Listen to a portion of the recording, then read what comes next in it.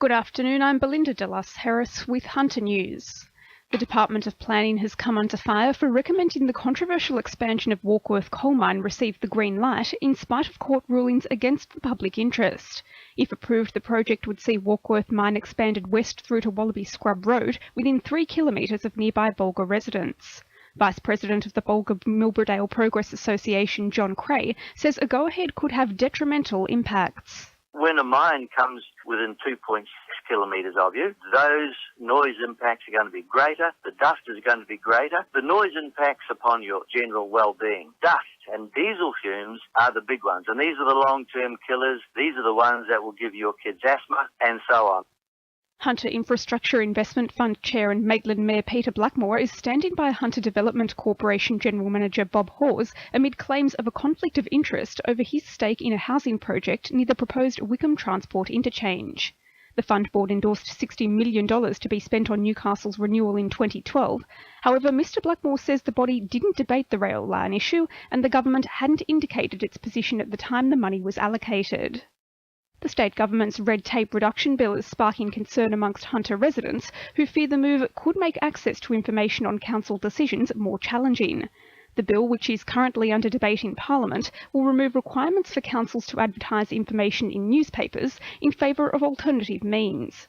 Port Stephens Mayor Bruce Mackenzie says he's in favour of the bill, but it doesn't go far enough in giving power back to councils. I hope I live long enough to see the politicians running the New South Wales government instead of all the bureaucrats, which introduces all this red tape. And as far as I'm concerned, a lot of this red tape is introduced to justify their positions in their little offices in Sydney.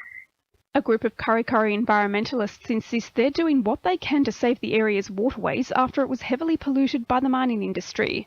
The acidic substances and metals from years of contamination are believed to have caused the rivers and creeks in Kurri Kurri and Neath to turn orange.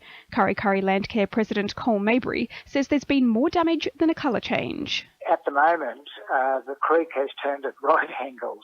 Silts have built up and turned the creek away from the way it used to go, and it's now into virgin bush.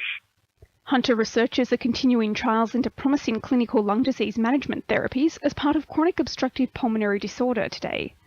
COPD is a long-term condition which inflames and inhibits the lungs and can be marked by symptoms including coughing, increased periods of breathlessness, and persistent chest infections.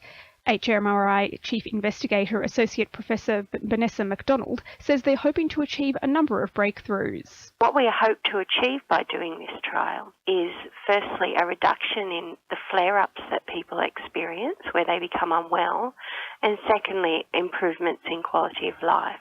Now with sport, Cecilia Connell.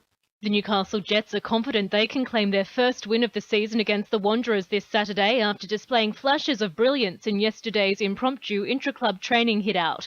Coach Phil Stubbins toyed with several changes to the lineup, defeated by the Roar, including bringing Ben Kantarovski into central defence alongside Q Yarleens and starting Ben Kennedy in goal.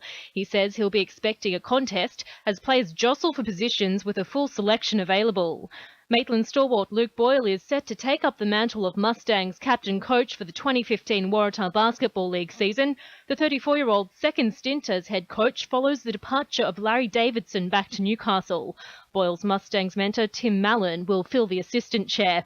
And Knights young gun Sione Matautia is sweating on the results of scans on suspected broken ribs he suffered in the Kangaroos' 22-18 loss to New Zealand in the Four Nations decider. That's sport. I'm Cecilia Connell. 2 on your RFM News Time is 11 past 12.